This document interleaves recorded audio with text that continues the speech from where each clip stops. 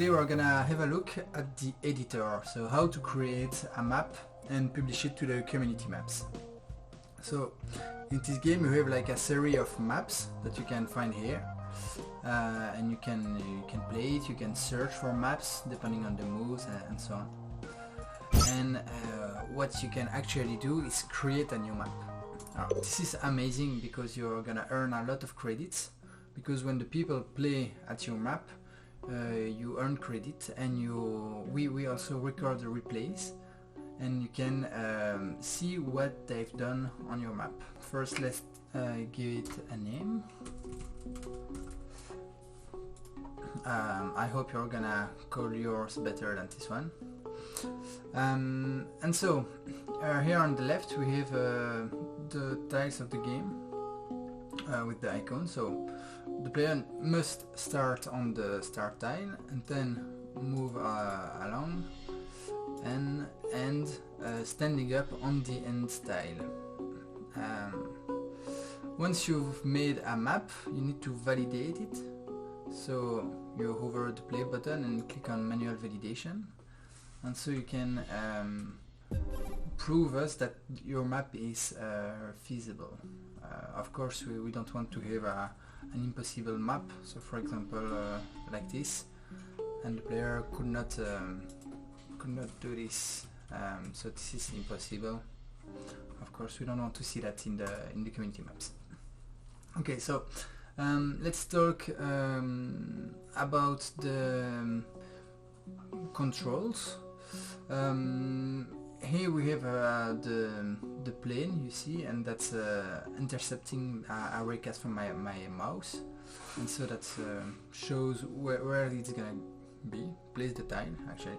If you click here, for example, you can have a vertical alignment if you prefer creating your map like that. So to move around with the camera, you can use the wheel of the mouse, and then to rotate it's Alt and click, and then moving the mouse. It's also the right click. So you can move on the side using the scroll wheel button. You can rotate using the right button, and you can zoom and in and out with the mouse. You can see all the controls here in the settings. If you look at camera, you have like the zoom, movement click, rotation click, and the same with the keys. You can use the keys and the main click. Okay, so now when you want to create a map, I'm gonna reset it to the ground plane. When you want to create a map, you can either click and make sure that your player is gonna be standing on the end tile, or you can also use the arrows to move your player around, and so you are sure that this world is feasible. Okay, so now if I go on the manual validation, as you can see, I think I did something that was not useful, yeah. And so now I'm sure that I can go to the end. If you don't want to have this mode, you can use this icon to set on the click only, or if you really like this mode, you can click here to be on this mode only. And so this is the combination of the two. So if you click, you're moving the player where you clicked, and then if you use the arrows, you start creating using the arrows. Okay. One of the most important shortcut, I guess, it's the delete shortcut. So here we have an eraser, so you can click on it and then click on the tiles you want to delete. But the default shortcut is Shift. So if I put some blocks, I press Shift, I can delete them the same way I created them. On the right you can see the tile you selected, and then your money is gonna go down on the side, so you don't really see it on the blue side because I have a lot of money. But on the orange part, for example, if I try to make a PvP map, so player versus player map, we want to keep them smaller than the standard community map, the fun maps, in order to not discourage player from playing a map because it's just too big. And so when you use this mod, you're gonna use your orange money. So the money is never lost, of course. So if you place tiles, you lose money, but if you delete them, you regain that money, and there is no losses in the transfer. And so if you make your map too big for PvP, we're gonna turn it to fun mode, and usually you earn way more money in the fun mode, and so you can go crazy and put a lot of stuff in your map. Yeah, so that's just a thing. If you want to make a PvP map, you need to make sure you don't use too much blocks, and you have the price of the block right over here, and a preview of the block right there. So now if I want to make a moving tile, for example, the movement has an orientation, and you can change this with the arrows. So when you change the arrow, it changes the preview, but it doesn't change the any tile, because you don't have any way to select a tile. So if you want to change from an existing tile, you just need to overwrite it with the new tile. If you create a moving tile that's going over other blocks, I'm gonna delete the blocks that are already there, because we don't want any weird superpositions. Okay, if you have multiple blocks of the same type, you can still put them next to each other, for example. But if now, for example, I'm gonna put a block moving up, this is not gonna be allowed with the other one, so I'm gonna delete all the one that could have potentially overlap with this one. Okay, so just to be aware about that. So another settings is over here. There is, like, for example, the movement distance. So the standard is 1. It's also the cheapest. But when you increase it, you see the price raise. So now it's 10, then 15, and you can make a moving tile up to 5 tiles. So that's pretty quick and for a distance. And so we're just gonna go through all the tiles. Oh yeah, maybe this button is important. This button is actually a way to activate the buttons in the editor. So for example, if I put a button and then I put a platform right here, I want to see how the map would be when the player pressed the button. I need to click here, and I can have the preview of all the buttons pressed and all the buttons off. Also, there is a shortcut. I think the default is A. So if you press A, you can toggle it on and off while creating the map, and that's very useful if you want to think about buttons. Okay, so now let's talk about all the tiles. I'm gonna delete this map and we're gonna start again. So I put a start tile. This is the ground tile, so that's the basic one. You need at some point to put an end, but I'm gonna just drop it there because we don't need it yet.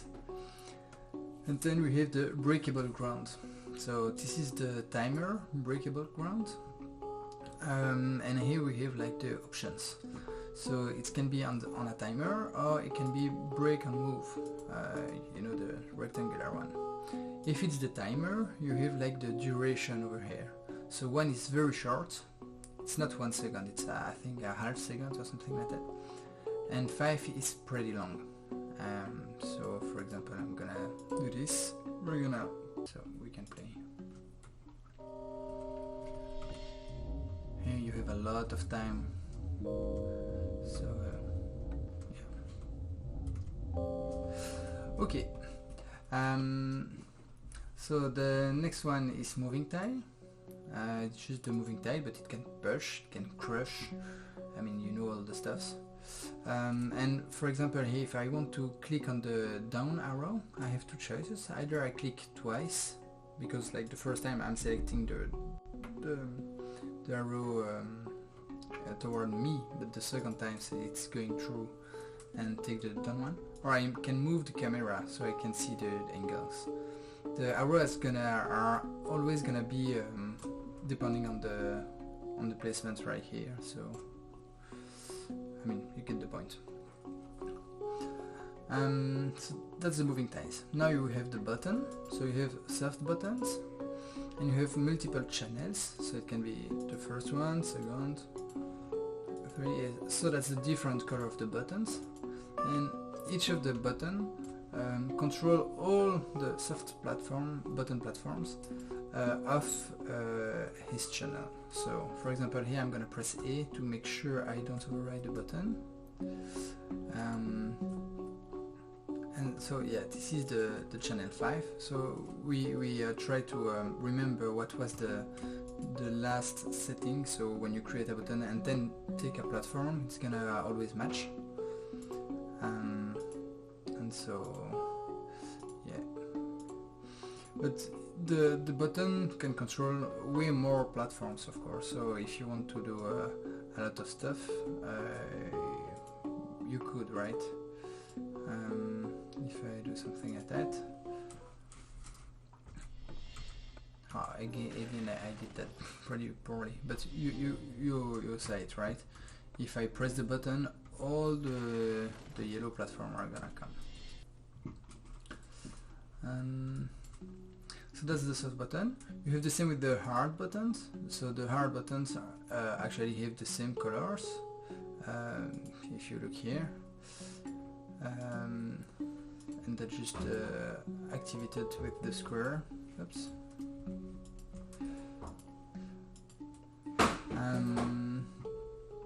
And they control the hard platforms. Okay. Now for the enemies, you have the moving damage. So again, can move from 1 distance to 5. It can intersect normal ground, actually, because I wanted the player to be able to do that kind of stuff. So to have the damage like getting out of the ground, stuff like that. Yeah, you have the one of the things you can do if you want to put them on the top of the ground. You can put the collision plane higher, and so now you can, as you can see, everything that I'm gonna do here is gonna be at the first level. Okay, it's gonna be over the other ones. Yeah. So when you delete, when you erase stuff, it goes through. So it's like firing a delete ray, so you can quickly erase a lot of stuff. So if I want to delete here the ground without deleting the moving platforms, I need to change the camera. So now I can delete all of them without deleting the rest. I'm gonna probably make a feature so you can only click once, but that's very convenient to delete quickly stuff, because for example if you do that, you don't want to click once on each of them. You can like just erase it quickly. Okay, so I'm gonna lower the plane again. I mean, it's actually showing the map moving up, but actually it's because the camera is moving with the plane that's getting lowered. And now there's the laser. So if I put the laser here, it's shooting in the other direction, so I'm gonna make it shoot toward the camera. Yeah. You have like different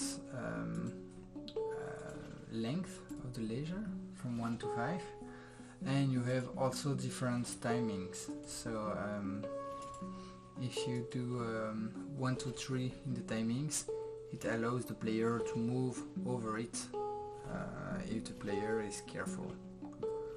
Okay, so it was kind of needed for the gameplay. As you see, it's very expensive because I multiply with the variant. So the 1 is the cheapest, and when you go higher it's ×2, and same here with distance, ×2. So if you take the higher variant with the higher variation, it's very expensive. And now we have the teleport. So the teleportation, you can put the tile and you can see the direction same here, you can put it a higher end. And the split tile, you don't have any options here, but you stand on it and it's gonna split the player in two. And the active half is gonna be the one on the light side, so it's gonna be over here. Okay, so once you are done, you need to press play, do the manual validation and stand on the end tile. So for example, this map will never be published because it's not feasible. The test mode is actually if you want to test your map in a invincible way. So for example, you just want to make sure it's possible to move around, and you can just click anywhere and try the map to see if it works. But it's not gonna trigger the button, it's not gonna trigger the breaking grounds, and it's not gonna move with the platforms. I think maybe if the platform is moving up,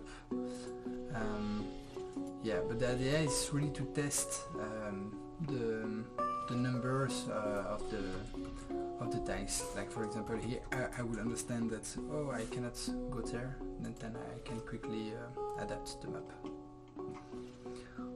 Okay. Once you play the manual validation, you get a checkbox right here saying that everything is good. So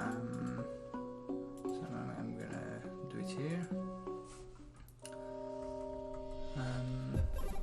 So I get the blue checkbox saying that this map has been validated for the community maps. It's gonna be an orange checkbox if you validate it for the PvP. And now that it's validated, the map is actually published, and so people can play at the map and you're gonna see the replays. And if you add a new tile, for example, now I'm not certain that the tile you added, like the modification, make your map still valid. And so if you want to make sure it's still valid, you can revalidate it, but that's like you need to do it at the end, or you can also do a replay validation.